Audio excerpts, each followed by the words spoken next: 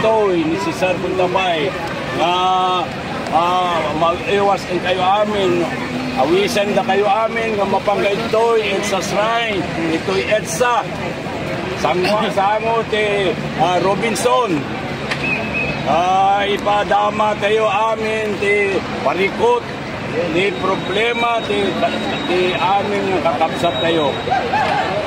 Diyos kanina kakapsat ko, mabalin ka mapangkayo ito amin. Awisan mo nga kayo ito amin. Kasobra na amin, tingaramit di kanikuan di administrasyon ni Bongbong. Ayan, kayo naman magtanong. Sir, tanong ko lang, sir. Ilocano. Ayan, Quezon City. Kalikaran Padaya. Yung tamang nagkita sa Davao. Kita yung kakalsat. Si kami nga Ilocano, Cagayano, suportaro ni Inday Sara. Sara, no eh. Napatag ni Ma'am Inday kanya mi di jay takang kana nga gitulong. Di bagyo nga Pepito, di jay Cagayan Bali. Di jay sulusunod na jay Santa Ana. Bakit sir, kayo, sino bang binoto niyo dati sir? Ang history ng unit team, doon nangyari sa bahay ko sa Tagum City. November 21, 2021. Doon ang pinagumpisahan ng unit team. Doon ang proclamation, pinakaunang proclamation at saka caravan ng unit team sa Tagum City, Davao del Norte. That was initiated sa inyong kapatid na si Cesar Kuntabay. Nabigay ko yung okasyon na yun sa tulong ng pamilya ko. Kaya ngayon, hindi ko naasahan na ganito ang mangyari. Sa akala ko na mayroong pagbabago sa pagdadala ni Bongbong Marcos dito. Yung pala, ano ang napuna natin, ano ang nakuha natin sa tulong natin. Ang nangyari, niloko tayo, binudol tayo. Na sabi niya, babangon muli tayo. Lalo na pala tayo nadapa ngayon sa kahirapan. Lalo na tayo nabaon sa utang. Kaya mga kaibigan, mga kapatid natin na nakikinig ngayon, punta na kayo dito ngayon. Mag-isa tayo. Isisigaw natin ang tunay na kabaguhan sa liderato ng Duterte sa pagtutulong ng kapwa kong mamamayan.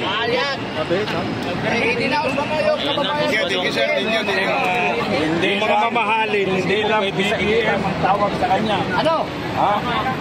Bago, binhi ng buhaya. Hoy! Binhi ng buhaya! Hoy! Ano ba yan? Binhi ng buhaya! Paano? Akala ko naman ang sukli niya sa gastos ko, sa tulong ko sa kanya, na magkaroon ng pagbabago, na magkaroon ng kasiyahan ang taong bayan. Ano nangyari? Naging desperado. Paano yun mga desperado PBM vlogger? Sa budol-budol ng administrasyon nito. Kaya mga kababayan, nandito na kami. Isang paghihirap na naman ito, isang sakripisyo na naman ito para sa tanang na nangangailangan ng tulong sa liderato ng Duterte. Mabuhay Duterte! Pagpatuloy natin ang kabaguhan sa liderato ng Duterte, mga kababayan. Hi sir! Maraming salamat. Sir Duterte! Duterte! Duterte!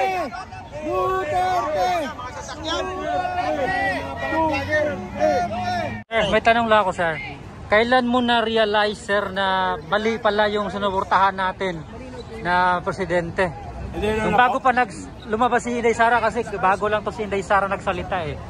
Nagmula ito nung nakaupo si Bongbong, sinisingil ako ng taong bayan, lahat ng sumuporta sa kanya dahil umikot ako ng buong bansa sa pagkampanya kay Bongbong at saka si Sara.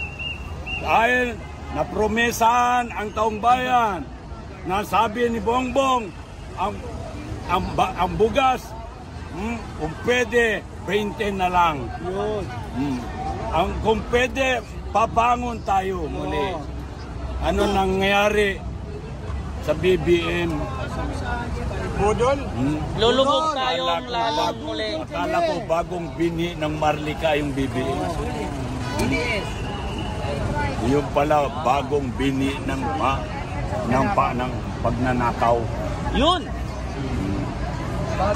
Tama na, sobra na. Huwag na hindi karapat-dapat na gawin ninyo ito sa amin. Pera namin yung ginagastos ninyo, yung binibigay ninyo sa inyong mga kandidato. Nagmula yung pamimigay ninyo ng ayuda, pera ng taong bayan sa mga barangay na opisyalis. Nag-umpisa noon, October pa of 2023, nag-umpisa na yung pamimigay ng ayuda. Pinupolitika nila ang kwarta ng taong bayan. Kaya pala walang nagawa, sir, no? Kaya pala walang naipagawang struktura. Walang project. Paano mangyari yun? Yung party list ng Tingog, nagbibigay ng every family ng 5,000. Saan kinuha ni Romualdez yan? Saan kinuha ng Tingog party list yung binibigay niya? Pera natin lahat yun. Yun ang galing sa Land Bank, galing sa SSS, galing sa PhilHealth, galing sa GSIS, lahat ng pera, kwarta, taxpayers money, ang ginastos nila sa ilang ambisyon na gusto na maging presidente. Yan si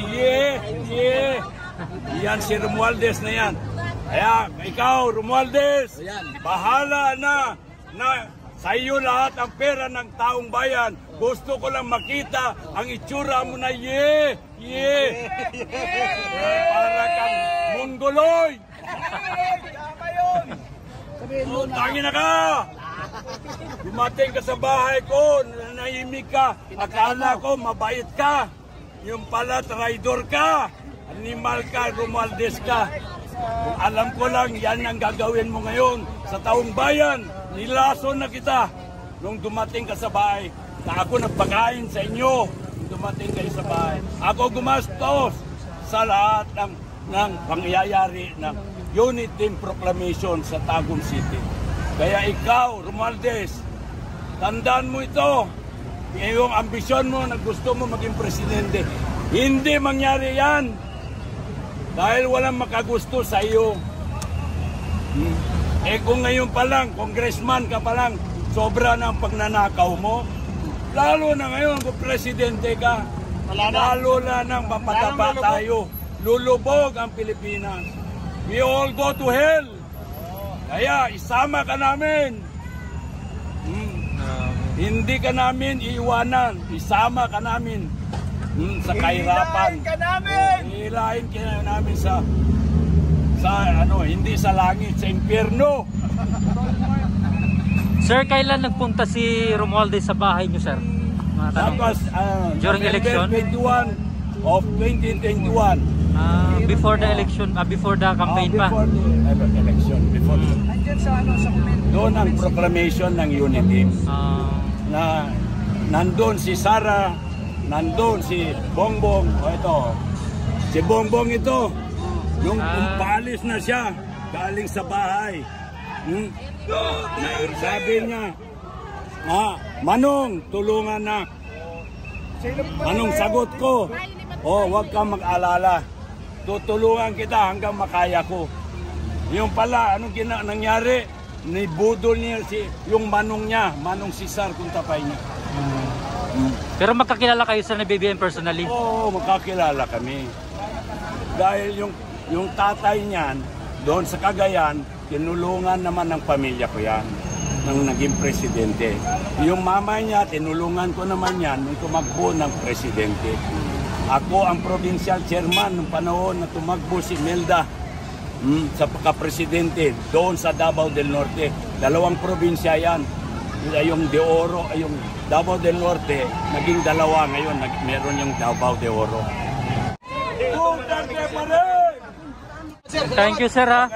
Ayan, nainitan na tuloy si sir. Nandito na kami. Ayan. Dapat nandito na rin kayo.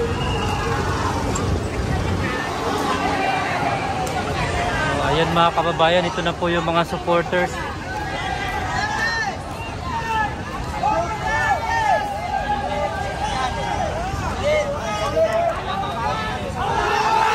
Ito mga Muslim.